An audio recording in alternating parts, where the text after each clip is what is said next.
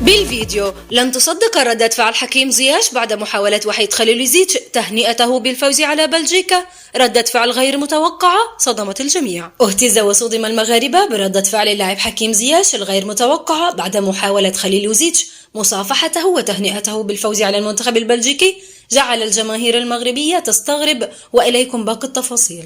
ظهر المدرب السابق للمنتخب المغربي وحيد خليلزيتش يوم الأمس في نهاية المباراة التي جمعت المنتخب المغربي مع المنتخب البلجيكي بملعب الثمامة، والتي انتهت بفوز المغرب على بلجيكا ب2-0. ويذكر أن العلاقة بين المدرب السابق وحيد خليلزيتش وحكيم زياش كانت دائما متوترة وغير جيدة، وانتهت بإبعاد حكيم زياش عن المنتخب لعدة شهور، إلى أن أعلن زياش لاحقا اعتزاله اللعب دوليا مع المنتخب المغربي. هذا ما أثار غضب الجماهير المغربية، وطالبوا بضرورة إقالة خليلزيتش بأسرع وقت. وتفاجأت الجماهير المغربية يوم الأمس بظهور وحيد خليلزيتش في الملعب بعد انتهاء مباراة المغرب وبلجيكا، حيث كان يحاول تهنئة حكيم زياش بالفوز.